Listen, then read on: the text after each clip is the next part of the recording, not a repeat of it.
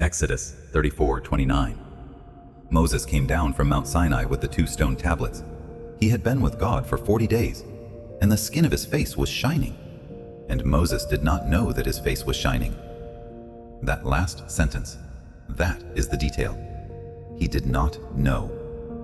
He had just spent 40 days in the direct presence of God, receiving the law, being in the most intimate conversation with the creator of the universe that any human being had ever had. And he walked back down the mountain, not knowing he was glowing. The Hebrew word is Quran. It comes from the word for a ray of light, or a horn. The skin of his face was radiant, shooting beams of light. And the people saw it before he did. Aaron looked at him first. The elders looked, and they were afraid to come near him. Think about that. The people who knew Moses, who had been led by him, who had argued with him, who had seen him frustrated and angry and confused, they looked at him and didn't recognize what they were seeing. He had been changed by proximity, by presence. He hadn't been trying to glow. He hadn't performed a ritual to make his face shine. He hadn't gone up the mountain intending to come back radiant. He just went to be with God. And being with God changed him in ways he couldn't see himself. This is one of the most important principles in the entire Bible, and nobody talks about it. Transformation doesn't feel like transformation from the inside. Moses came down the mountain not knowing he was different.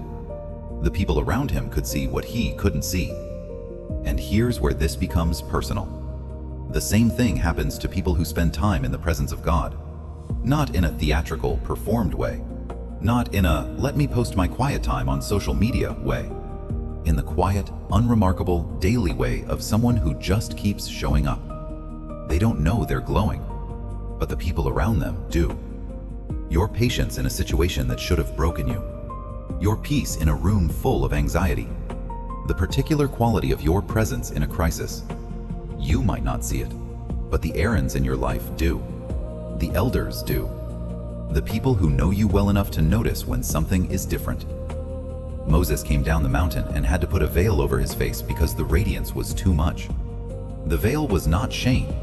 The veil was consideration. Because the people weren't ready for the full weight of what Moses had carried back from the presence of God. You have been carrying more than you know. You have been changed more than you realize. The mountain time, the quiet, private, unglamorous time with God, is working something in you that you can only partially see. Moses didn't know his face was shining, but the whole camp could tell he'd been somewhere.